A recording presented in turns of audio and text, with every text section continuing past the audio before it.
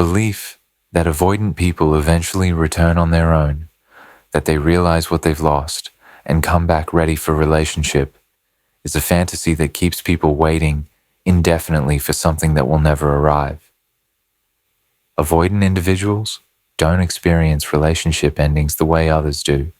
They don't sit with their feelings, process their loss, or gradually come to miss what they had.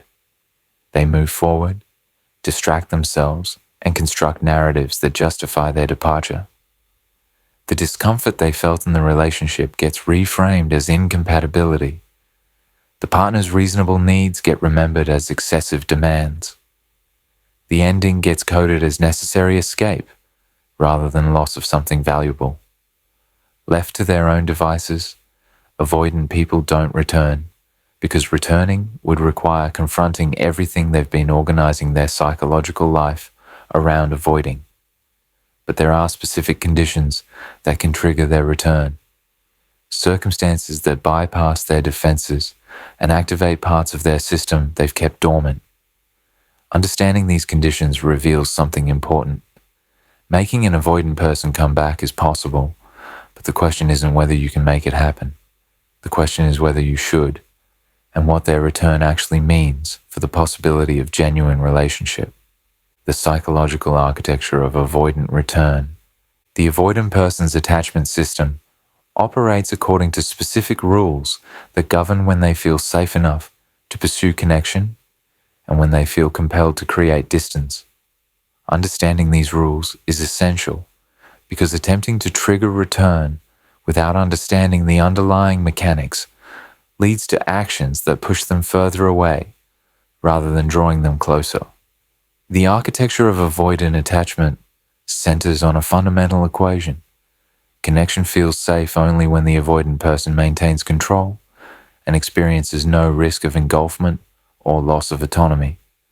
Any action perceived as pursuit or demand triggers their defenses and reinforces their withdrawal. Any action that suggests the other person has moved on or become unavailable triggers anxiety and activates their pursuit system. This architecture creates a paradox that feels cruel to anyone trying to reconnect with an avoidant person. The more you want them, the less they want you. The less you want them, the more they want you. This isn't conscious manipulation or game playing on the avoidant person's part. It's automatic nervous system response, wired through years of attachment experiences that taught them connection equals danger and distance equals safety. When someone pursues them, their nervous system registers threat. This person wants something from me. This person needs me. This person will consume me. I must protect myself by creating distance. When someone withdraws, their nervous system registers different information. This person doesn't need me. I have space. There's no threat of engulfment. I can approach without risk.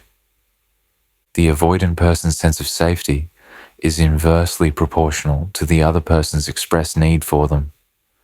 High expressed need equals low safety and triggers withdrawal. Low expressed need equals high safety and allows approach. This dynamic operates largely outside the avoidant person's conscious awareness.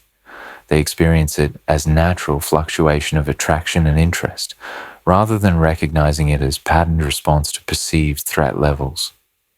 They genuinely believe they're less attracted to people who pursue them and more attracted to people who don't need them, not understanding that these feelings are defensive reactions rather than authentic assessments of compatibility or chemistry. The architecture also includes a secondary component that determines whether an avoidant person will consider returning: their ego needs. The avoidant person maintains a specific self-image that protects them from vulnerability. They see themselves as independent, self-sufficient, not particularly affected by relationship endings. This self-image is fragile because it's defensive rather than authentic. It requires constant reinforcement through evidence that they're fine, that they made the right choice in leaving, that they don't need anyone. When this self-image is threatened, When evidence suggests they were wrong or made a mistake or lost something valuable, their defenses activate to restore the narrative that protects them. Making an avoidant person return requires understanding both components of this architecture. First, their safety mechanism must register that approach carries no risk of engulfment or loss of autonomy. Second, their ego needs must be activated through evidence that challenges their narrative about the relationship ending and their independence. These two components work together, but require different approaches. The safety component requires complete absence of pursuit, demonstration of indifference, creation of conditions where the avoidant person feels they have all the space and control. The ego component requires evidence that contradicts their self-protective narrative, information that suggests they made a mistake or lost something irreplaceable. The timing of these components matters significantly.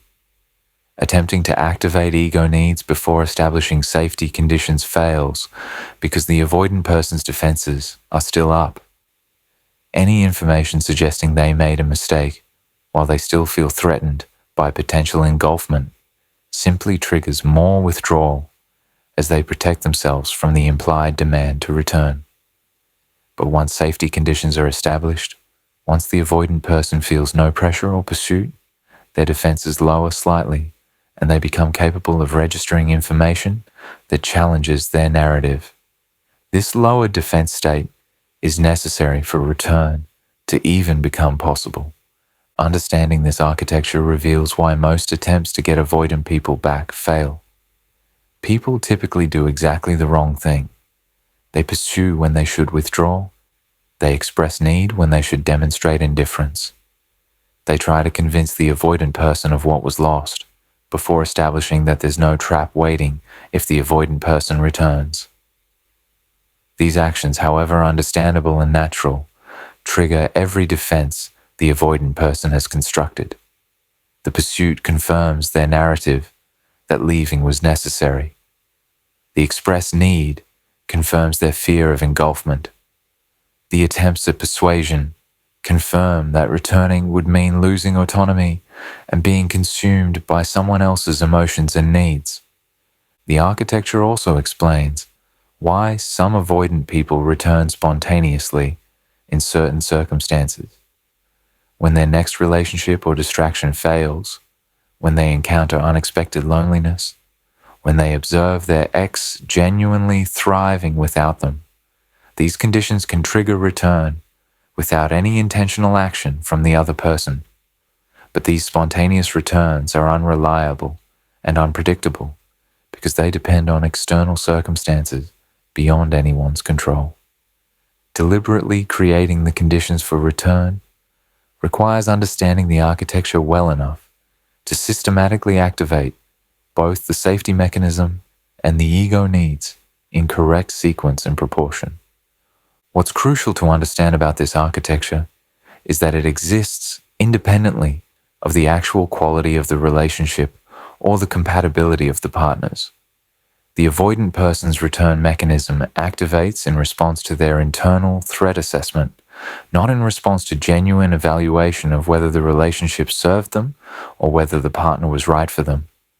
This means making an avoidant person return is possible even in relationships that were genuinely unhealthy or incompatible. The architecture can be triggered regardless of whether return serves anyone's actual well-being. This reality raises the central question that must be confronted. Just because you can make an avoidant person return doesn't mean you should. Creating the conditions that trigger their system. Creating the conditions that trigger avoidant return requires deliberate construction of an environment that feels safe to their nervous system while simultaneously activating their ego and challenging their narrative. This isn't about manipulation or game playing. It's about understanding psychological mechanisms well enough to create specific conditions that allow certain responses to emerge. The first and most essential condition is complete cessation of pursuit. Not strategic silence that's actually disguised pursuit, not temporary withdrawal, that hopes for quick results, but genuine, indefinite absence of any attempt to maintain contact or connection. This cessation must be absolute and unambiguous. No text checking in, no likes on their posts, no communication through mutual friends, no engineered casual encounters, no birthday messages or holiday greetings, nothing that could be interpreted as attempt to maintain connection or keep yourself in their awareness. The avoidant person's nervous system is highly attuned to detecting pursuit disguised as other things. Half measures fail because they don't actually create the safety conditions necessary for the avoidant person's defenses to lower. The pursuit must stop completely for their system to register that the threat of engulfment has passed. The second condition is visible evidence of your own thriving and forward movement. The avoidant person needs to encounter information, whether through mutual connections or distant observation, that you're not sitting around pining or waiting for them. They need to see that your life has continued and expanded without them, that you're investing energy in yourself rather than in hope of reunion. This information serves multiple functions. It establishes that you're not a threat because you're not pursuing them. It challenges their narrative that they were the valuable one in the relationship while you were the needy one. It activates their ego by suggesting they might have made a mistake in leaving. This thriving must be genuine rather than performed. The avoidant person's radar for inauthenticity is sophisticated. They can distinguish between genuine forward movement and strategic display meant to make them jealous or regretful. Posting excessively, or obviously trying to demonstrate how great life is without them, typically backfires because it reveals that you're still oriented toward them, still trying to get a response. Genuine thriving shows up differently. Consistent pursuit of goals, authentic engagement with life, real contentment that isn't dependent on their awareness or reaction. This authenticity is what triggers their system because it represents actual loss of access rather than temporary withdrawal that's trying to manipulate them into return. The third condition involves specific types of information, reaching them through indirect channels. Direct communication from you fails because it registers as pursuit, but information that reaches them through other sources carries different weight because it seems more objective and less motivated by agenda. Strategic sharing of your achievements, growth, or new relationships with mutual friends who will naturally mention these things to the avoidant person creates information flow that bypasses their defenses. They hear that you've been promoted, that you seem genuinely happy, that you've started dating someone new, and this information lands differently than it would if you told them directly. The content of this information matters significantly. Information about achievement and growth challenges their narrative by suggesting you're becoming more valuable rather than less without them. Information about happiness and contentment challenges their assumption that you needed them or were damaged by the ending. Information about new romantic interest is particularly powerful because it triggers their competitive instincts and fear of being replaced. The avoidant person's system activates differently when facing the possibility that someone else will claim what they discarded. The threat of genuine replacement penetrates defenses that remained intact against your solo pursuit. The fourth condition requires time and patience in proportions that feel excruciating. The conditions don't work immediately. The avoidant person's nervous system needs extended time in the new environment before it recalibrates and allows their pursuit system to activate. This typically takes months, not weeks. During this time, maintaining the conditions without wavering is essential. Any breakdown, any moment of reaching out or showing that you're still hoping resets the entire process. The avoidant person's system registers that the threat hasn't actually passed, that you're still pursuing, that returning would still mean risking engulfment. The conditions only work when sustained long enough for the avoidant person to genuinely believe the threat has dissolved. The fifth condition involves creating or allowing situations where the avoidant person witnesses you in contexts that contradict their memory and narrative about you. If they remember you as needy and anxious, seeing you calm and self-possessed contradicts that narrative. If they remember you as unable to function without them, seeing you thriving contradicts that narrative. If they remember the relationship as suffocating, hearing that you've developed healthy boundaries in new relationships contradicts that narrative. These contradictions create cognitive dissonance that forces them to reconsider their assessment of both you and the relationship. The dissonance becomes uncomfortable enough that returning to investigate whether their narrative was accurate becomes psychologically necessary. Creating these conditions requires significant personal work that paradoxically makes the avoidant person's return less important. The complete cessation of pursuit requires genuinely letting go. The visible thriving requires actually building a fulfilling life. The time and patience required means developing other sources of connection and meaning. The personal growth needed to contradict their narrative requires addressing whatever patterns made their unavailability acceptable. By the time these conditions are fully established, you've typically transformed enough that whether the avoidant person returns or not carries less weight than it did at the beginning. The specific behaviors that pull them back. Once the foundational conditions are established, specific behaviors accelerate the avoidant person's return by amplifying the factors their system responds to. These behaviors aren't tactics deployed in isolation, but natural extensions of the conditions already created. The first behavior is strategic visibility, paired with complete unresponsiveness. The avoidant person needs to see evidence of your life and growth, but when they attempt contact, they need to encounter a wall of indifference that communicates their access has been permanently revoked unless they demonstrate genuine change and effort. This strategic visibility means maintaining presence in spaces where the avoidant person can observe you while simultaneously demonstrating that this presence has nothing to do with them. Attending social events where they might be present but not orienting yourself toward them or modifying your behavior based on their presence. Maintaining mutual friendships but never asking about the avoidant person or discussing them. Posting occasionally about your life without any content that could be interpreted as message to them. This visibility creates information flow while maintaining the crucial condition of non-pursuit. The unresponsiveness, when they do reach out, is what transforms visibility into magnetism. The avoidant person, having observed your thriving and registered the challenge to their narrative, will eventually test the waters with some form of contact. This first contact is typically casual and low stakes. A like on something you posted, a comment that seems innocuous, a text about something trivial. Your response to this test determines everything.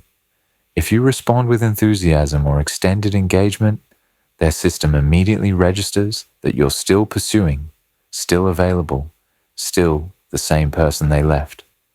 The threat reinstates and their interest evaporates. But if you respond minimally or not at all, their system registers something different. This person has genuinely moved on. The access that once existed no longer exists. The option to return might actually be closing.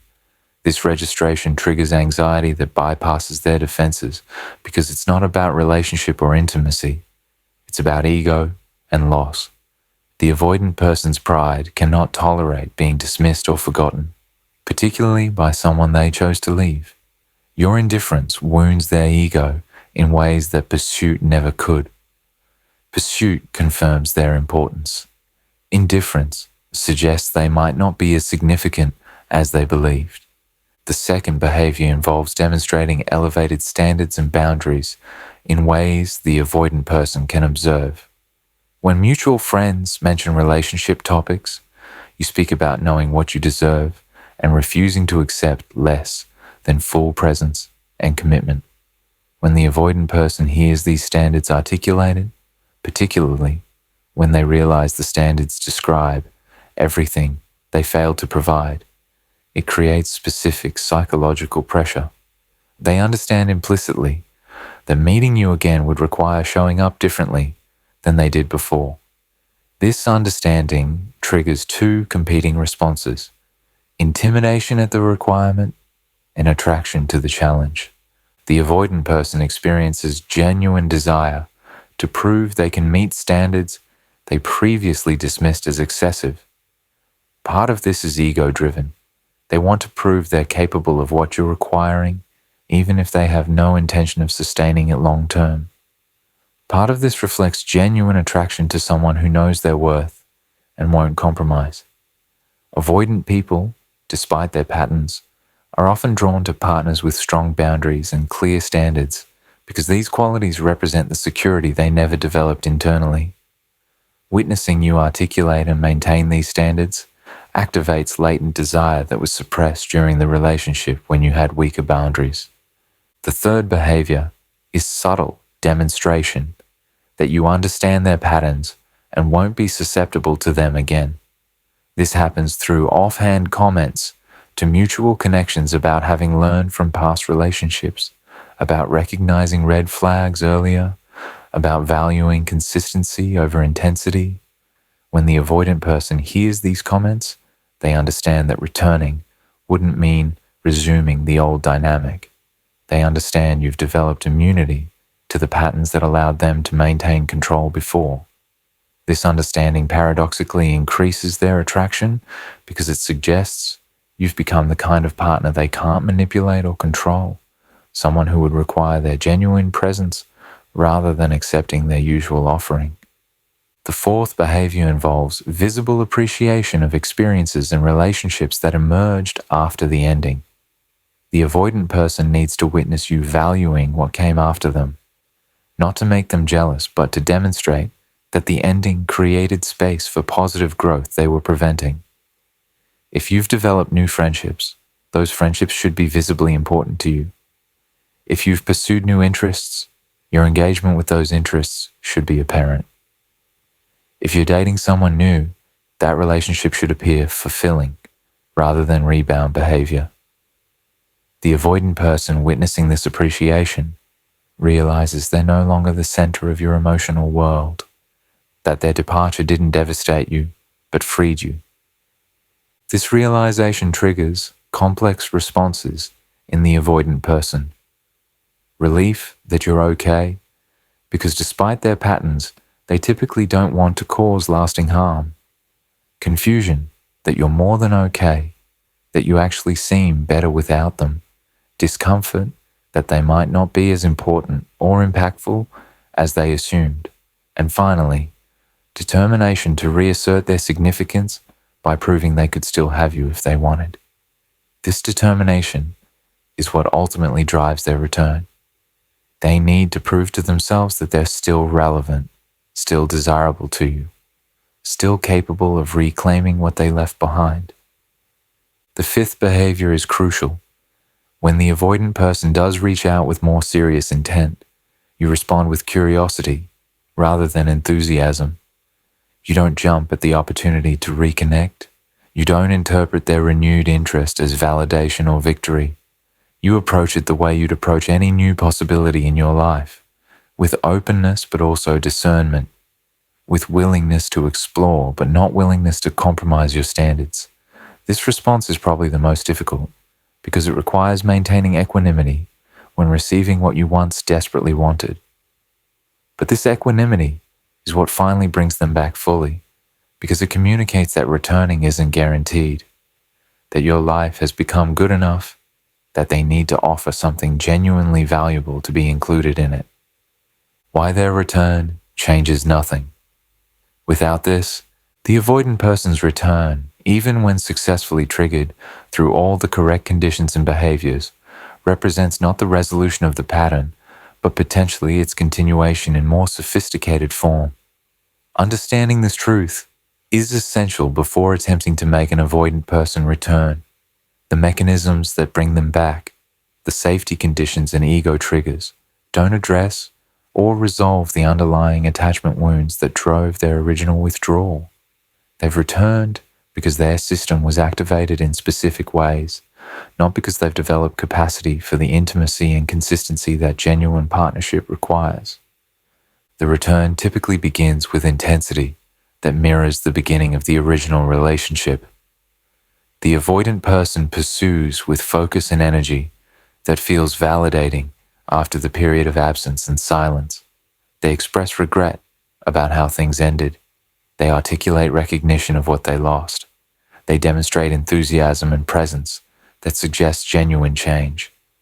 This intensity creates powerful hope that the relationship will be different this time, that the avoidant person has learned and grown, that the conditions that triggered their return have also transformed their capacity for relationship. This hope is seductive and dangerous because it's almost always misplaced. What's actually happening during this return phase is that the avoidant person is operating within the safety conditions that allowed their approach. You're not pursuing them, so they can pursue you. You've demonstrated you don't need them, so they don't feel trapped by your need. You've established standards, so they're motivated to prove they can meet them. You've shown you've moved on, so they're working to reclaim their position of importance. All of these factors create temporary conditions where the avoidant person can show up with intensity and presence. But these conditions are inherently unstable because they depend on dynamics that can't be maintained in actual ongoing relationship. As soon as the relationship reestablishes and returns to daily interaction and increasing intimacy, the original pattern begins reasserting itself. The avoidant person secured your renewed attention and proved they could get you back, which satisfied their ego needs. You've stopped being unavailable and started being present and accessible again, which means the safety conditions that allowed their approach have dissolved. You've opened yourself emotionally to them again, which begins triggering their engulfment fears. The exact dynamics that drove their original withdrawal start reconstructing themselves, sometimes within weeks of the reunion. The avoidant person experiences this pattern reassertion as evidence that the relationship still doesn't work, that the problems remain, that leaving was actually correct the first time. They don't recognize that they're recreating the same dynamic because their underlying attachment wounds haven't been addressed. They believe the issue is compatibility or circumstance rather than their own inability to tolerate sustained intimacy. Their withdrawal begins again, often more suddenly and completely than the first time, because now they have evidence that even reunion doesn't fix what they experience as fundamental problems with the relationship. The only factor that changes this trajectory is the avoidant person doing sustained internal work on their attachment patterns before or during the renewed relationship. This work isn't casual or superficial. It requires therapy specifically focused on attachment, consistent examination of their patterns and defenses, practice with vulnerability in safe contexts, and genuine commitment to developing capacity for intimacy they currently lack. Without this work, the avoidant person's return simply restarts the cycle. With this work, the return might represent actual opportunity for different relationship dynamics. The problem is that avoidant people rarely do this work before returning. The return itself represents avoidance of the work. Instead of sitting with their patterns and examining why they can't sustain intimacy, they return to a familiar relationship that allows them to avoid those uncomfortable questions. Instead of developing genuine capacity for presence, they rely on the temporary conditions that made approach feel safe. The return becomes another way of avoiding the very growth that would make healthy relationship possible. This is why successfully making an avoidant person return often leads to more pain rather than resolution. The crucial understanding is this: you can make an avoidant person return by creating specific conditions and employing specific behaviors, but you cannot make them capable of healthy relationship. That capacity must be developed through their own internal work, and it requires recognition of patterns and commitment to change that most avoidant people resist. The return might feel like victory, like validation, like proof that you were valuable all along. But without the avoidant person's genuine transformation, which you cannot create or control, the return is simply the beginning of another cycle of intensity, followed by withdrawal. This understanding should inform the decision about whether to attempt making an avoidant person return at all. If the goal is ego satisfaction or validation that you are desirable, then creating the conditions for return might serve that goal. But if the goal is actual healthy relationship, then making them return without their concurrent commitment to attachment work is counterproductive. It delays your own healing and growth by pulling you back into a dynamic that will ultimately recreate the pain you experienced the first time. The healthiest approach is often to create the conditions not to make them return, but to genuinely move forward with your own life. These are actually the same conditions, which reveals something important. The behaviors and circumstances that would make an avoidant person return are identical to the behaviors and circumstances that create genuine healing and growth for yourself. Complete cessation of pursuit, building a fulfilling life, establishing strong boundaries and standards, developing immunity to their patterns. All of these serve your well-being regardless of whether they trigger the avoidant person's return. If return happens as byproduct of your growth, you're in position to evaluate it clearly and respond wisely. If return doesn't happen, you've built something valuable anyway. The conditions you create should serve your growth first and should be maintained regardless of whether they bring the avoidant person back. Because the ultimate truth is that their return, without their transformation, changes nothing about the fundamental incompatibility